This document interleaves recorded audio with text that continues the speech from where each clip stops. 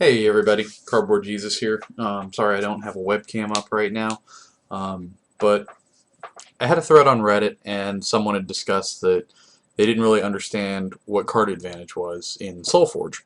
So I put a little deck together, and actually I kind of stole this from Whitefire from one of the Reddit tournaments, and he did really well with it, and I took a few changes to it, but it's the same general idea. Um, Now, what we mean by card advantage is you have some cards like Magma Hound is really good about this, where he can force a trade from the enemy. Um, you have other types of card advantage, like with Master of Elements, where he'll give you a free spell on his level 2 and level 3. Um, but here, I think it's easiest just to go ahead and show by playing out a game. And this is just against computers, just to show what I mean with card advantage. Let's see. On battle, and we'll play the other Savant. Probably good. Now, the reason why I didn't Lightning Spark right there is because static is really, really good, and being able to static shock into multiple spells and chain them later on is incredibly devastating in a lot of respects. Now, one thing I can do here is Firestorm will straight up kill these two, and it'll weaken this. So I've used one card and killed two. Now I'm going to use the second card to kill off the other one. And now I've got a Grimgaunt Devourer that's bloody huge and it's going to wreck his face. That's part of card advantage. Another part of card advantage is things like the Savants rather, because they give extra utility out of playing cards. And let's say if I had this level 2 Dark Shaper Savant, when I play that level 1 Magma Hound, not only am I getting to shoot an ally for 2, but I'm also getting to give something -3, -3, meaning I could straight up kill this. Well, not quite because of the 2 armor, but the Magma Hound would trade with it favorably. Whereas now, it unfortunately doesn't. But, if I bolt it, there we go. And unfortunately that's not a good trade for me. It's 2 for 1, because I had to use 2 cards to kill his 1 card. Well, 2 cards because he buffed it technically, so yeah, it worked out. Now, let's see. Now, this is the reason why earlier, why I didn't play that Lightning Spark, is because Static Shock allows you to chain things together. So, like, if I Static Shock this for 1, and I Spark that, this is going to kill it now, and my Savant will live. See? Okay, here we go. Now we get to the meat and potatoes of it. This is where it starts to get interesting. So, I play a Savant. If I Spark his Technician, then I can also give it another -3, -3, meaning now my level 1 is going to trade with it and kill it and get stronger because it's Grimgaunt and they're OP. So that's just to give a little bit of an incentive of what I mean by card advantage from that aspect. Now, in the other realm of card advantage, what we're talking about are with things like Static Shock, again, because that's allowing you to have an extra card that you're leveling up on each of your turns. So, let's say I play the Savant. I'm going to go Static Shock. I played a level 1 spell, so the first Savant will trigger, and so will the other. Then I've got my other spell, Savant triggers, Savant triggers. And notice I've been able to play 3 cards in one turn, meaning that when I get to my level 3 here, it's going to be an even higher propensity of drawing better cards. Because you don't want to be drawing your level 1s, when you're at level 3 and 4 into the game. Assuming the game lasts that long, of course. Now let's see. That was a very good play on his part. But, here's what I'm going to do. Savant will shoot it, and the Hound will hit it. Now, if I Static Shock,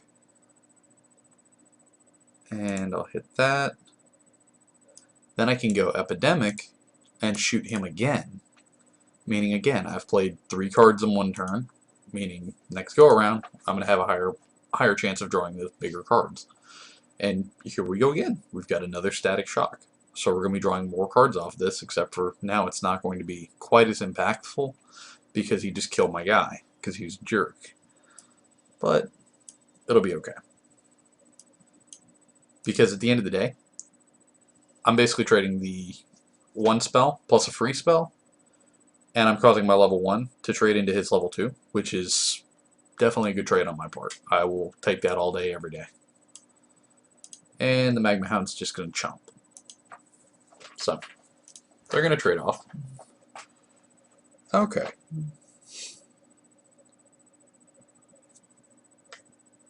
So now we've got Big Daddy 7.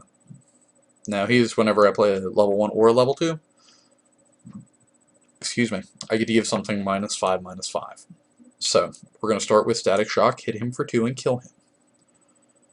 Then we'll hit that. Then, if we bolt this, we can kill them both and call it good. And that's basically how the deck works, is it forces card advantage. That's really all there is to it. Like, it just straight up forces card advantage.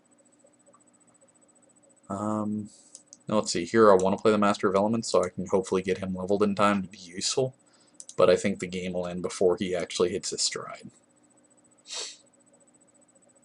Okay, now this looks like a very good turn because it has a lot of options available. Now see, here he is going to kill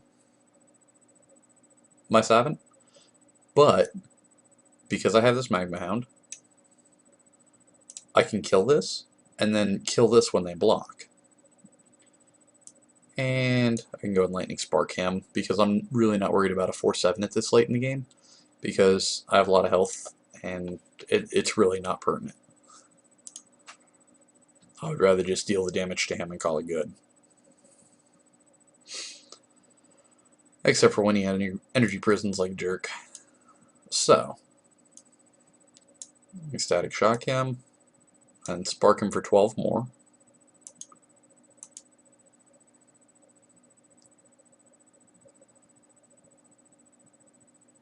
Jeez Louise. That works. Okay. And if I go with an Epidemic here, which actually I did that wrong. I should have Static Shocked first, but that was stupid of me. Oh, it's all about learning, right?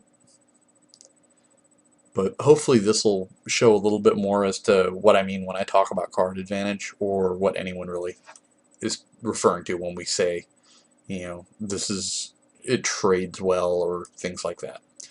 Like with this Magma Hound, obviously it's not like first pick that you would go for, but it is a very solid card.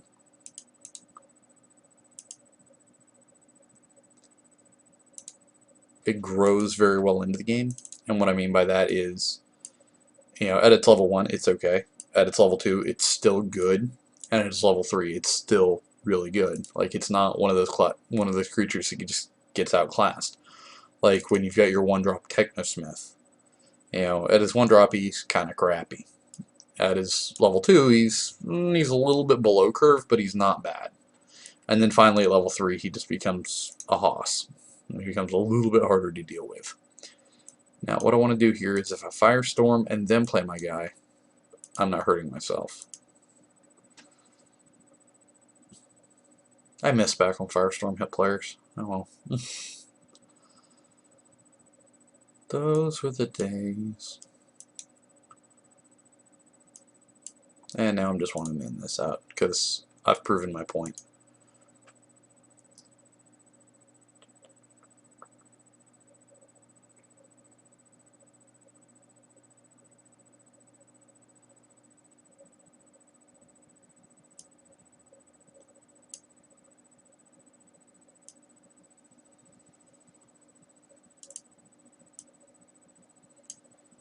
We're going to let him attack, and then I'll kill it.